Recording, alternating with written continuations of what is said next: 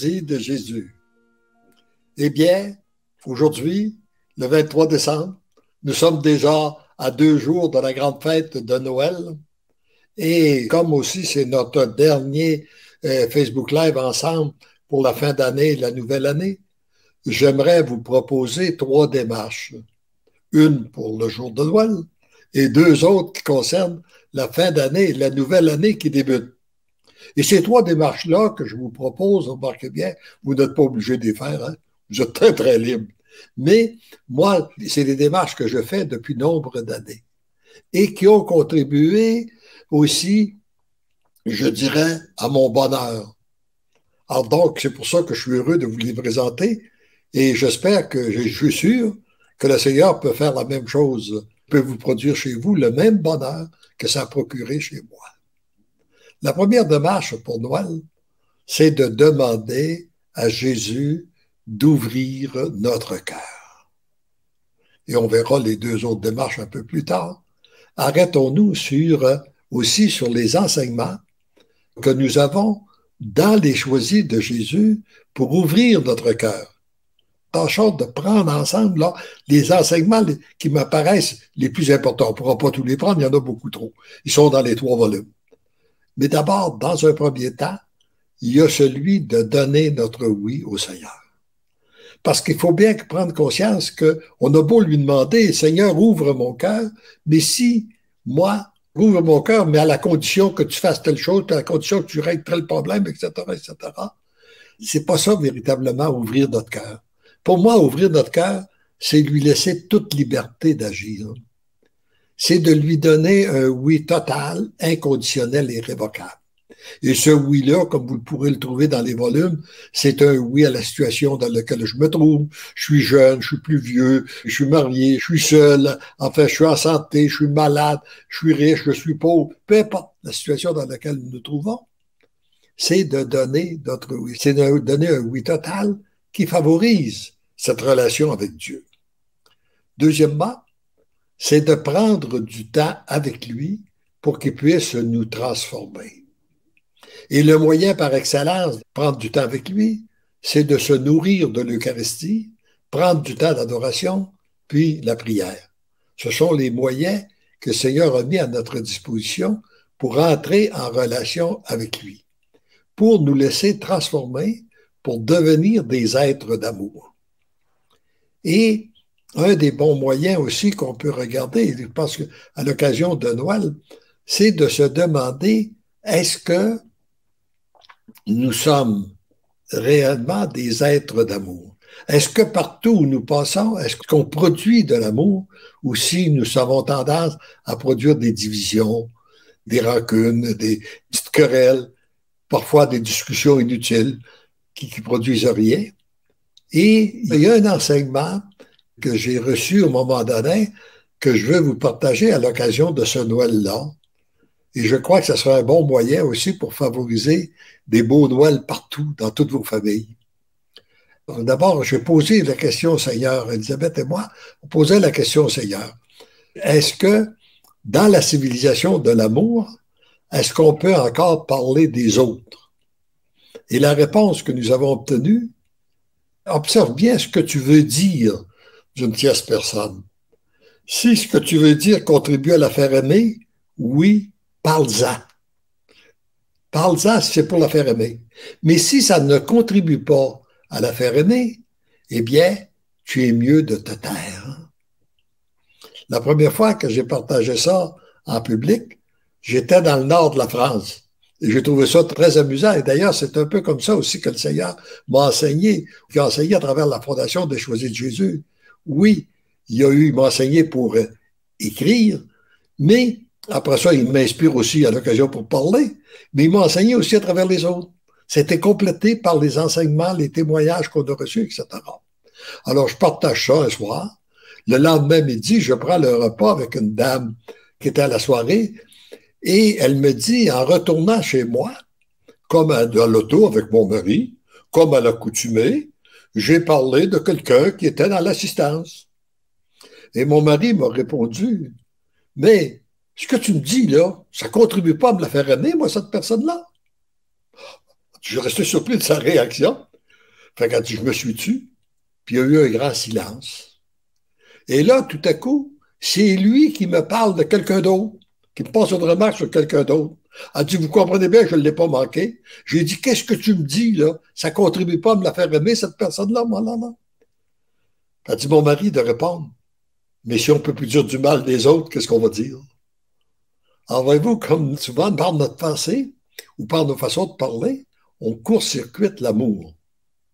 Et on s'est aperçu aussi, puis comme il est dit dans les volumes, même si je ne dis rien, si je pense d'une façon négative de quelqu'un, si j'ai des pensées négatives, je court-circuite l'amour, j'empêche l'amour de circuler.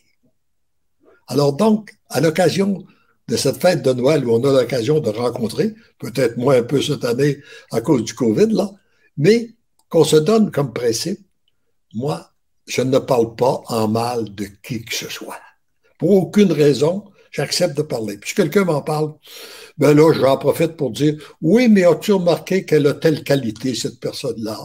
On sort un point positif pour la personne, pour la faire aimer, au lieu de... Et je fais attention pour ne pas entretenir aucune pensée négative.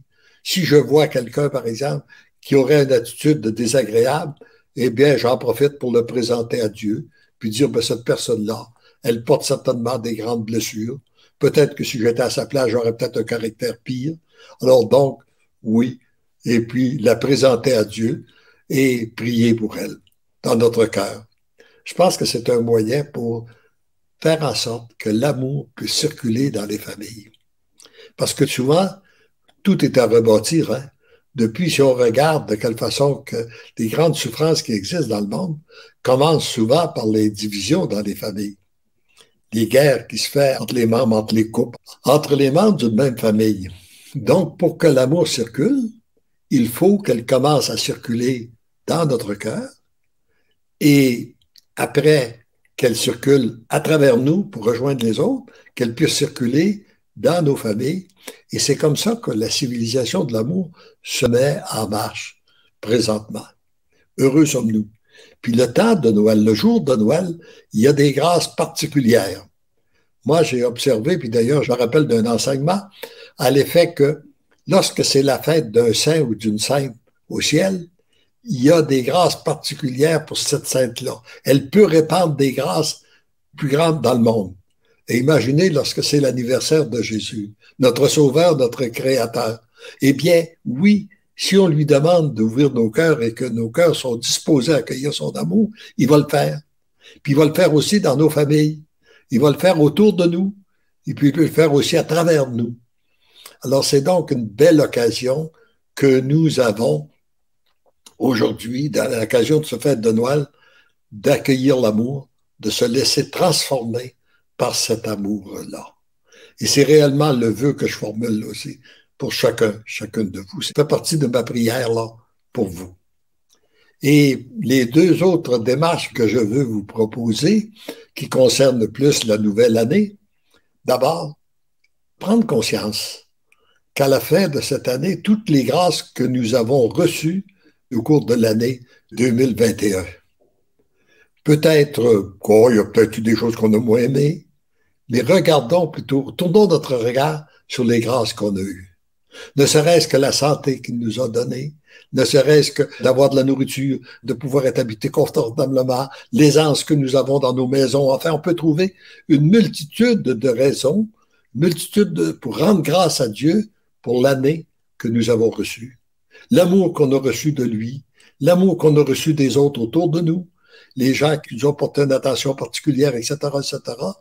Tout ça, rendons grâce à Dieu et reconnaissons que c'est Dieu qui a passé par ces personnes-là pour nous témoigner son amour. Là où je pense principalement, pour moi c'est tellement clair, quand on a l'occasion de voir de nos petits-enfants, de nos arrières, nous autres on est rendus avec les arrières quand c'est des petits, parce que les petits-enfants sont déjà, le dernier est rendu à 20 ans, alors donc, ce sont des adultes, ils nous témoignent pareil de l'amour, là, puis tout ça, on l'apprécie, mais tu arrives avec un petit qui vient se jeter dans tes bras, eh bien, le voir comme étant Jésus qui vient se jeter dans tes bras. accueillir l'amour, l'accueillir, puis en profiter aussi pour le présenter à Dieu. Alors, donc, il y a de rendre grâce à Dieu. La première partie, pour les jours de fin d'année, entre Noël et le jour de l'an, moi, la démarche, ça serait une démarche de rendre grâce à Dieu pour l'année 2021, pour tout ce qu'on a reçu. Tourner notre regard sur les belles choses qu'on a eues dans l'année, puis rendre grâce à Dieu. Et pour ce qui est du premier dans l'année, eh bien, regardez les résolutions que nous voulons prendre. S'arrêter pour demander à l'Esprit Saint de nous guider dans nos résolutions et regarder à quoi dois-je mettre en phase pour la nouvelle année. Quelles vont être mes priorités pour l'année 2022? Comme il est dit dans le petit volume, par exemple, pour les 42 ingrédients là, que j'avais écrits, il y a un petit tableau à la fin qui est présenté, parce que qu'on le veuille ou non, nous avons tous 5 sphères dans notre vie, qui, je dirais, recouvert la spiritualité de ces fait 6. Nous avons le travail. Nous avons la vie de travail pour les gens qui travaillent, puis même à la retraite, on a des choses à faire aussi, là, dès qu'on est vraiment actif. Il y a la vie familiale, il y a notre vie physique, il y a notre vie sociale, puis il y a le développement intellectuel. Et tout ça est coiffé de notre vie spirituelle. Alors, pour l'année, tenant compte de l'âge que j'ai, tenant compte de la situation dans laquelle je me retrouve cette année, où je commence une nouvelle année, tenant compte de mes responsabilités, que ce soit familiales, sociales, intellectuelles ou peu importe, là, quelles sont mes sportives, quelles sont mes responsabilités et à quoi je dois me mettre en face. Je pense qu'il est important. Dire ça, ça va être la priorité de l'année. Par exemple, si je découvre que j'ai consacré dans ma vie, j'ai mis peu de temps à la prière, j'ai pris plus de temps dans ma vie spirituelle, j'ai été trop accaparé par le monde des affaires, par ma famille ou même le sport ou n'importe, et que je décide que oui, aujourd'hui, moi, pour la nouvelle année, ça va être la spiritualité que j'ai besoin. Et puis, c'est là-dessus que je vais me mettre en phase, je vais me réserver un temps. Puis là, je décide de me réserver combien de temps? 15 minutes par jour, une demi-heure, 2 jours, une journée par semaine, enfin, peu importe. Je décide à quel moment je vais prendre du temps pour me nourrir spirituellement. Et puis après ça, ça ne veut pas dire ne pas s'occuper des autres, du plan physique, familial, etc., etc. Si on s'aperçoit, par exemple, qu'on dit, moi, je considère que j'ai négligé ma famille, j'ai été trop pris par toutes sortes d'affaires, j'ai négligé ma famille et je voudrais prendre plus de temps. Mais c'est le temps, à l'occasion d'une nouvelle année, de dire, je vais prendre plus de temps pour ma famille. J'ai réalisé que je n'avais pas pris de temps assez pour moi, pour m'occuper de mon physique, mon développement intellectuel.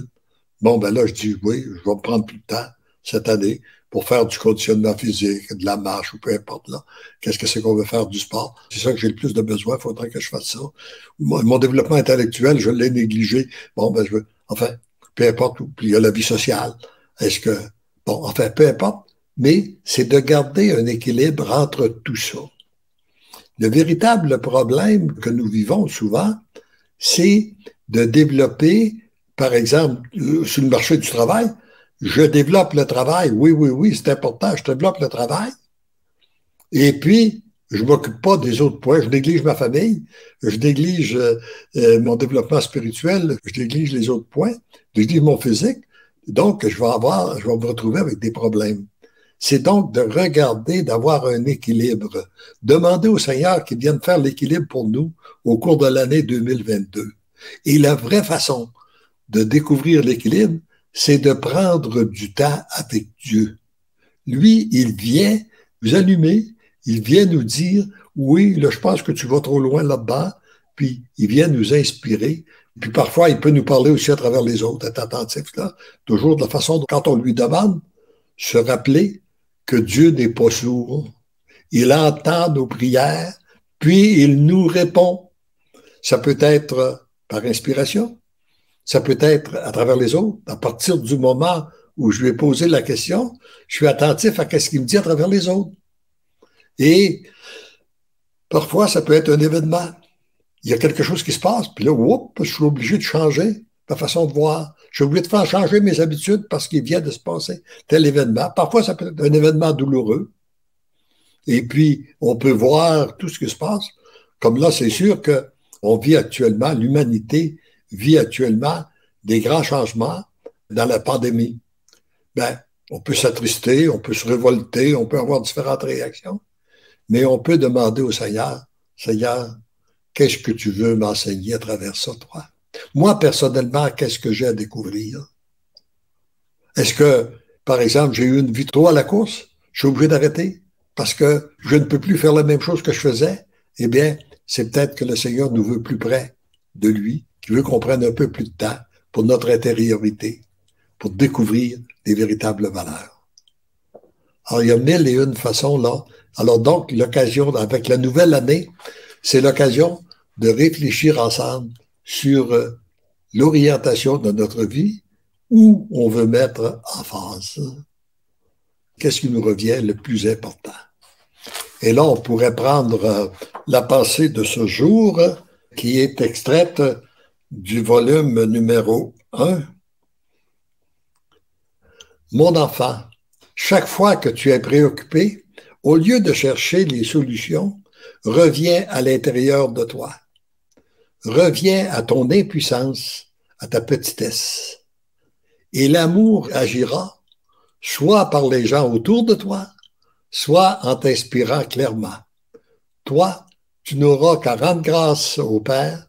Apprends à te laisser guider par l'amour, je t'aime.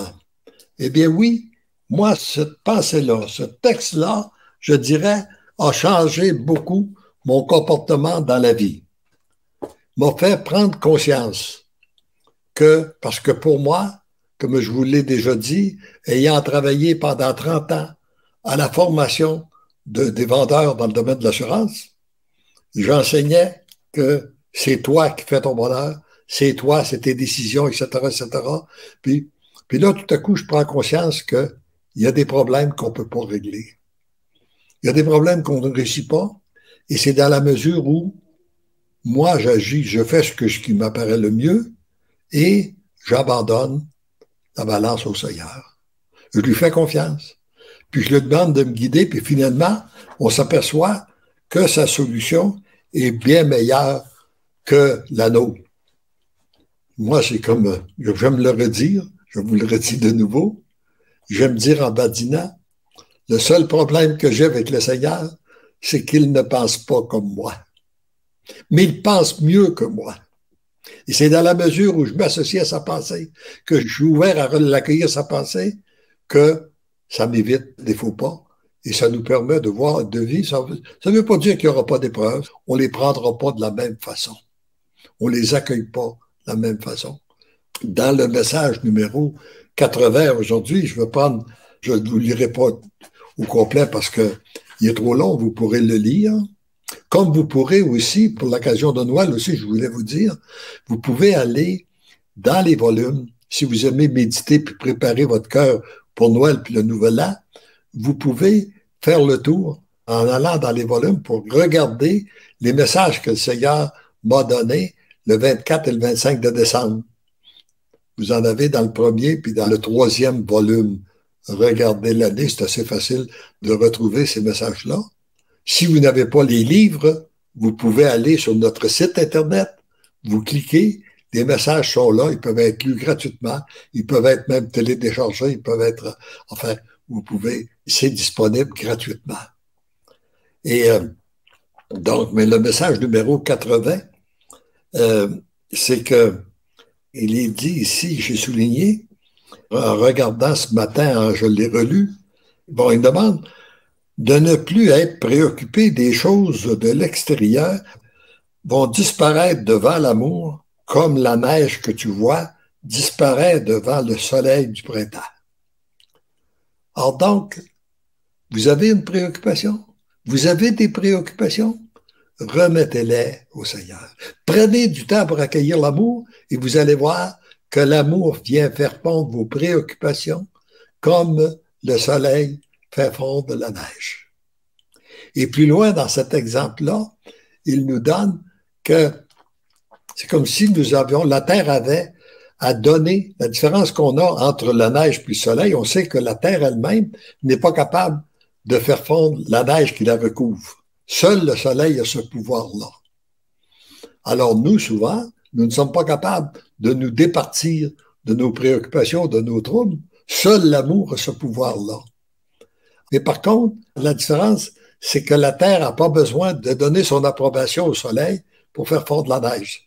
Tandis que nous avons besoin de donner notre approbation. Comme nous sommes des êtres intelligents, créés à l'image de Dieu, etc., et qu'ils respectent toujours notre liberté, nous avons à donner notre liberté. C'est comme si la Terre devait donner la liberté au soleil d'agir pour faire fondre la neige. Alors nous n'avons qu'à faire ça. Puis, rappelons-nous que l'amour vient faire disparaître les préoccupations, comme le soleil vient faire disparaître la neige. Ça, c'est le plus beau des vœux que je peux vous formuler à l'occasion, à la fin de cet entretien. Qu'en vivant pleinement cet amour-là au cours de Noël, que ça puisse vous préparer pour que l'année qui s'en vient, ce jour de Noël-là, et l'année 2022 soit la plus belle année de votre vie. L'amour vous prenant en charge, l'amour vient fondre vos préoccupations, donc n'ayant plus de préoccupations, vous pourrez demeurer dans la louange, dans l'action de grâce. Et plus on entre dans ce mouvement de louange et d'action de grâce envers notre Dieu, eh bien, plus il nous compte. Je vous laisse là-dessus. On pourrait peut-être prendre certains petits commentaires, s'il y en a. Oui, j'ai quelques commentaires. Beaucoup de personnes vous suivent en ce moment, Léandre. Là. Il y en a beaucoup là, qui vous suivent. Donc, j'aime ça, voir ça. Puis, les personnes ont commenté tout au long de votre discours, là, fait que, de votre entretien. Fait qu'il faudra peut-être se remettre un peu là où ils étaient. Donc, ici, j'ai Nathalie qui dit « Demandez cette grâce à notre Dieu qui s'est fait si petit. Hein? » Demandez cette grâce, c'est quand vous étiez au début, là. Oui, Donc, oui. c'est ce que vous parliez. Et lui s'est fait petit. Puis pour entrer en relation avec notre Dieu, il nous demande, nous aussi, de nous faire plus petits. C'est une belle grâce à demander pour Noël, là. Et qu'on puisse avec notre cœur d'enfant.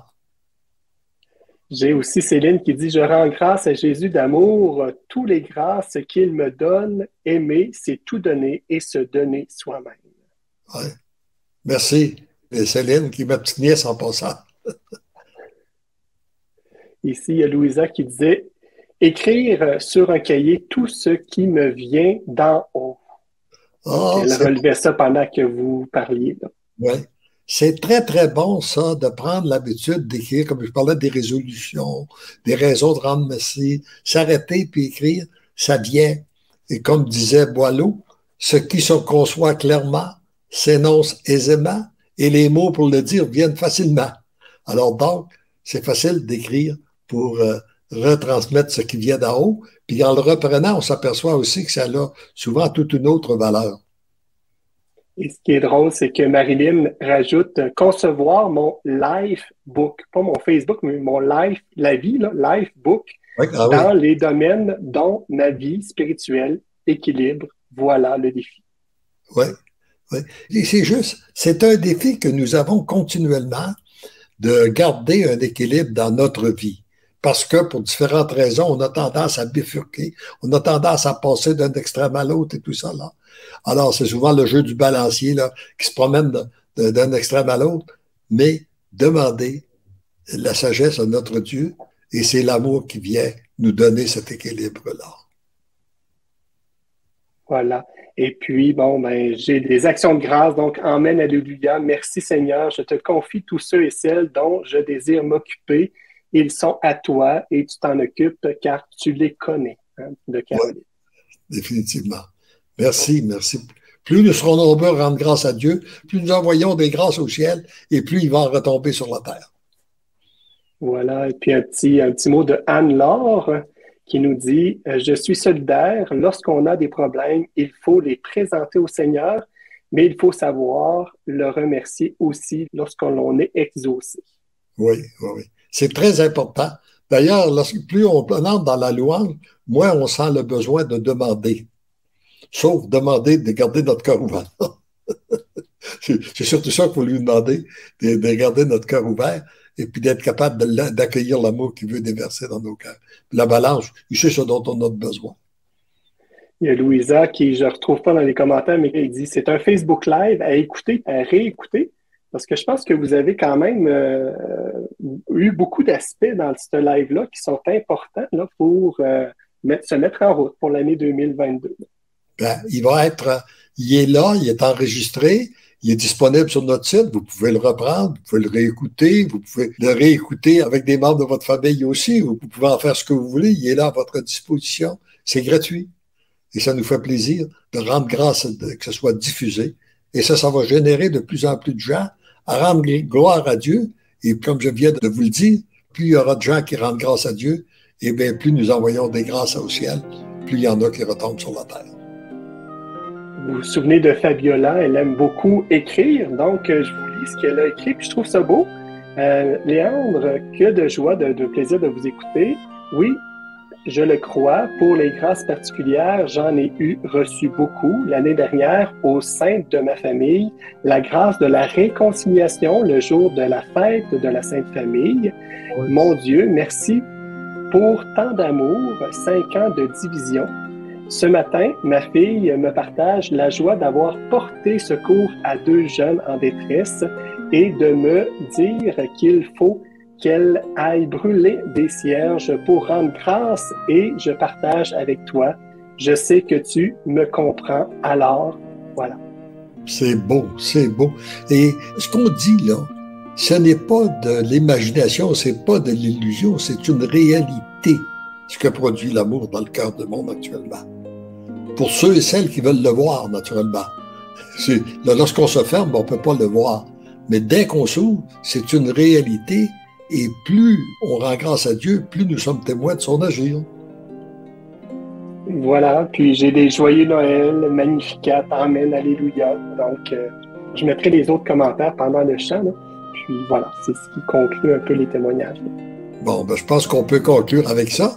Et puis, on va conclure aussi avec les mêmes petites phrases. D'ailleurs, comme je vous ai dit, je formule pour vous le vœu que Noël 2021, que toute l'année 2022 soit la plus belle et la plus importante. Noël est la plus belle année de votre vie, que vous soyez tous imbibés de l'amour de Dieu et qu'ils seront de plus en plus nombreux à prendre conscience que parce que l'amour nous aime, qu'on le laisse aimer, nous devenons des êtres d'amour.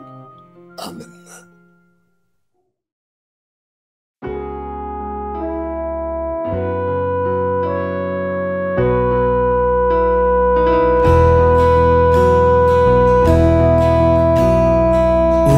Ton cœur à l'amour, ouvre ton cœur au soleil, comme une rose assoiffée d'eau, de chaleur, de soleil.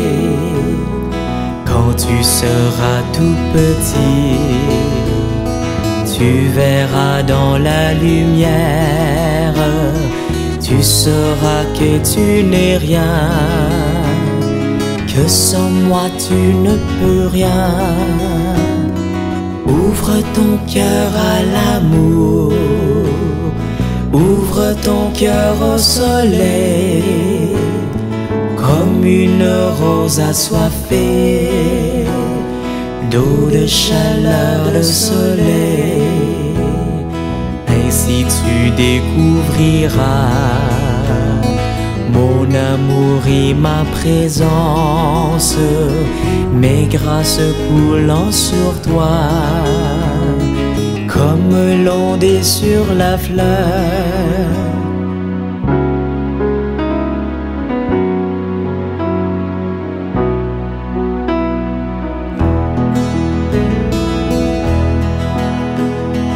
Ouvre ton cœur à l'amour, ouvre ton cœur au soleil, comme une rose assoiffée d'eau, de chaleur, de soleil.